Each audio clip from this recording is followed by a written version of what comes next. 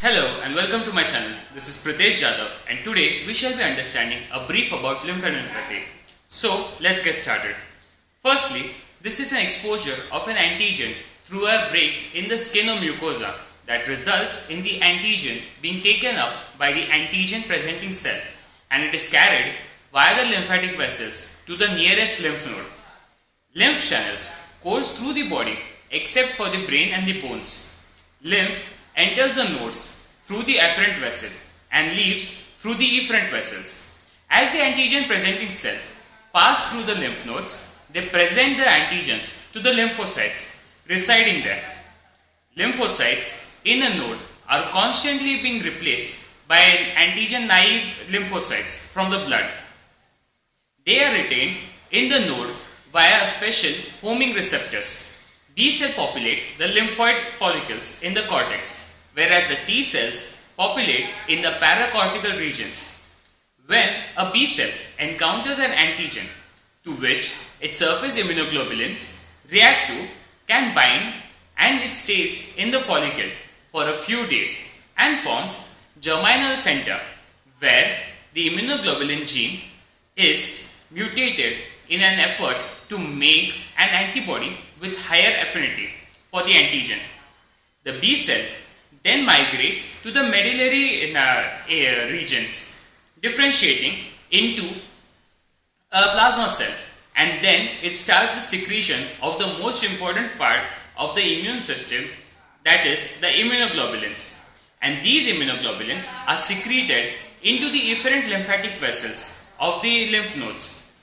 When a T cell in the node encounters an antigen it recognizes, it proliferates very rapidly. This is also known as a memory T cell, and they join the efferent lymphatic vessels very fast. The efferent lymphatic laden vessels with the antibodies and the T cells specific for the inciting antigen pass through several nodes in connections onto their way to the thoracic duct, which drains the lymph of most of the body into the superior vena cava. From the thoracic duct, the lymph enters the blood vessels at the left subclavian vein. Lymph from the head and the neck regions and the upper right arm drain into the right subclavian vein. From the bloodstream, the antibodies and the T cells localize to the site of infection. Lymphadenopathy may be caused by infections, most commonly immunological diseases like autoimmune diseases, malignancies like various tumors in the body, lipid storage diseases which are metabolic disorders, and the disorders of uncertain etiologies like sarcoidosis, Castleman's diseases, and many others. The two major mechanisms of lymphadenopathy are hyperplasia in response to an immunologic or an infectious stimuli, and these can be by the infiltration of the cancer cells or lipid and glycoprotein laden macrophages. Now we shall understand a brief about how to approach a patient. Firstly, with the history, the age, occupation, animal exposure, sexual orientation, substance abuses, medication history, concomitant symptoms like diagnostic workups. Adenopathy is more commonly seen in patients over 40 years with a malignant condition. Farmers also have an increased incidence of brucellosis and lymphoma. Male homosexuals may be having an AIDS-associated lymphadenopathy. Alcohol and tobacco may increase the risk of malignancy. Phenytoin may also induce adenopathy. The concomitant presence of cervical adenopathy with a sore throat, fever, night sweats, weight loss may suggest particular diagnosis like mononucleosis, which was explained just a few seconds ago. Hodgkin's diseases also have presence lymphadenopathy. Now we shall see the physical examination. Firstly, the node is isolated, the size is checked with the presence of tenderness, giving important differentials. A generalized lymphadenopathy, that is the lymphadenopathy in 3 or more anatomical regions, implies a systematic infection or a lymphoma. Subclavian adenopathy is always abnormal and should be biopsied. Nodes greater than 4 cm are often biopsied immediately.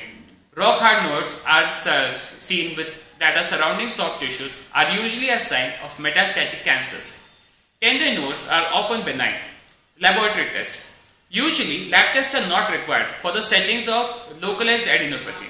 If generalized, it is noted and an excisional node biopsy should be performed for the diagnosis rather than for a panoply of laboratory tests which are useless in such patients. Treatment for patients over 40 years, those with a scalene or supraclavicular adenopathy, those with lymph nodes greater than 4 cm and those with hard, non-tender nodes should undergo immediate excisional biopsy. In younger patients with smaller nodes, that are rubbery in consistency or are tender, a period of observation, usually 7 to 14 days, is reasonable. The empirical antibiotics are not indicated. If the nodes shrink, no further evaluation is necessary. But if they enlarge, excisional biopsy is indicated. If you enjoyed this video and found it informative, please consider liking and subscribing to my channel to bring more such videos to you. Thank you.